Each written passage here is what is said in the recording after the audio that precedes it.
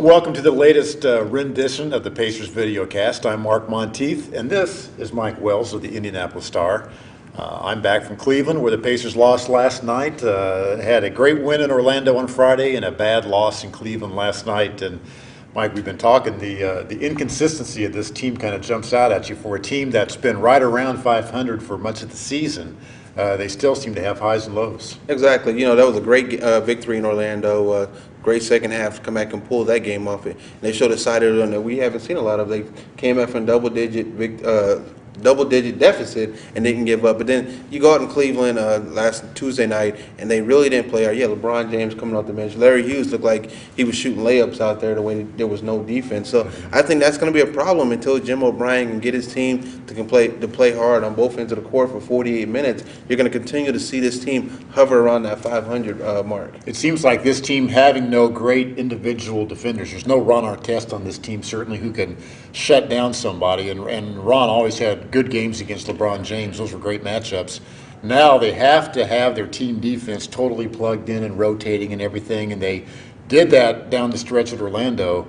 They certainly didn't do it last night, and they paid for it. So it seems like this team has a small margin of error on defense. It's like you can't have four guys playing good defense and one guy not in sync with everybody else, because if one guy's out of sync, everybody's going to mess up. Because like you said, there is no Ron Artest. Even a Steven Jackson. Yeah. Steven Jackson was inconsistent on defense, but he was going to play hard for you on the defensive end no matter what, even if he got beat. And they don't have that, because I think at times Danny Granger is too caught up in the offensive end to focus on defense, and that's definitely going to hurt them. Yeah. And they certainly missed Jeff Foster last night. He's their best defensive big man, I believe. He's not a shot blocker like Jermaine O'Neal is, but he still knows how to defend guys and rotate and so forth. And they missed him. And with Foster out for who knows how long with back spasms, and David Harrison has an injury, and Ike Diagu's out, and Jermaine is kind of in and out of practice, it seems like there's a problem there with the front line. There's a big problem, especially when you re-sign Courtney Sims again. I guess that tells you. I mean, he's in training camp, gets cut, comes back, gets cut again, and now he's signed for the third time with the Pacers. So that tells you something, where they're having problems at in the front court. Well, the Pacers do seem to get a scheduling break coming up. They have a lot of Eastern Conference opponents.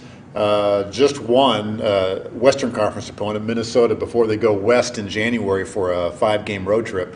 It seems like this is an opportunity for them to pad their record a little bit and get some wins. The only team that I think they're going to have a problem with, they will have a problem with, is Detroit. They play them in a home road back-to-back game. But besides that, they're playing teams that are definitely struggling. You got Chicago, you got Toronto, who's been inconsistent. Miami, everybody knows all the problems Miami's had. They got the New York Knicks. I mean, I can't wait to get to the Garden on Monday night. You see the atmosphere when they're booing Isaiah and everything. Yeah. So these are definitely games that the Pacers should take advantage of and finally get that break to where they can get probably 3-4 games above 500. Yeah.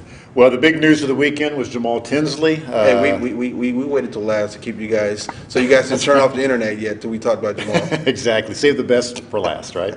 A nightclub incident over the weekend, early Sunday morning. You got another one of those wake-up calls, I suppose, about a Pacer being involved in something. This one, a little bit different in that he seems to be clearly the victim in it. He didn't do anything wrong as far as we know, except for go to a club, which there's still no law against that. From what you know about the thing at this point, what's your opinion of what happened? Quite honestly, I think Jamal Tinsley's in a no-win situation here, because they're going to say there's Jamal for the third time involved in another off-the-court incident with the Pacers.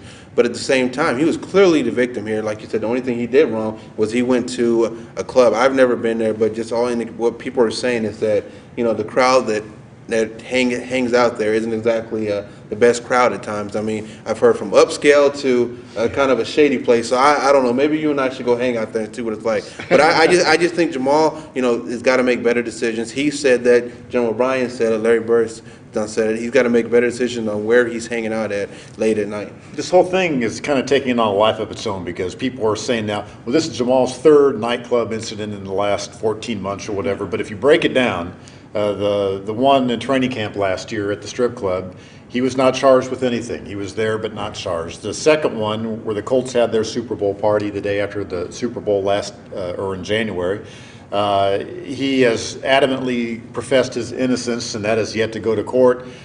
He's taken a lie detector test. He has refused to plea bargain, so he's obviously confident in that. So we don't know what happened there. In this one, he was the victim, so you can say he's had 3 nightclub incidents in the last 14 months, but on the other hand, what exactly has he been guilty of? Well, exactly. I think, like you said, the one after the Colts Super Bowl party, that's the one that's going to go to court. Yeah. Now, I mean, this guy right here was sitting there running from bullets on early Sunday morning. I mean, that tells you that unless something comes out that we don't know about or the public doesn't know about yet, it's one of those situations where Jamal was definitely the victim, where somebody was trying to take his life. Yeah. Well, it's still a tiresome type of story for the fans and for us, because it's no fun to do this extra work writing about these things. But certainly we can all hope that Jamal takes something from this. He told me last night, in fact, that from now on he either won't go out, or if he does, he'll have professional security with him. So it seems like in today's environment for athletes everywhere, that's kind of what you have to do. You definitely have to do it. I mean, you look at everything that's happened from the Denver Broncos cornerback to Eddie Curry and Antoine Walker getting robbed over summer, and the most obvious, and the one that's really tough is the Sean Taylor incident. Yeah. So definitely professional athletes are in a situation where they are targets, and they do have to be cautious of their surroundings, even in your own home. Absolutely. Absolutely. Jamal made the point to me that, I go out all the time, not all the time, but I frequently go out to clubs all around the country, and Indiana is the only place where I've ever had a problem. So that doesn't seem right to people who grew up in Indiana, but that's the world we live in. So what do you say you and I go out to a club tonight, see what we can stir up? Let's head out to Cloud9. Okay? If we survive it, we'll be back in a week or two to talk to you again.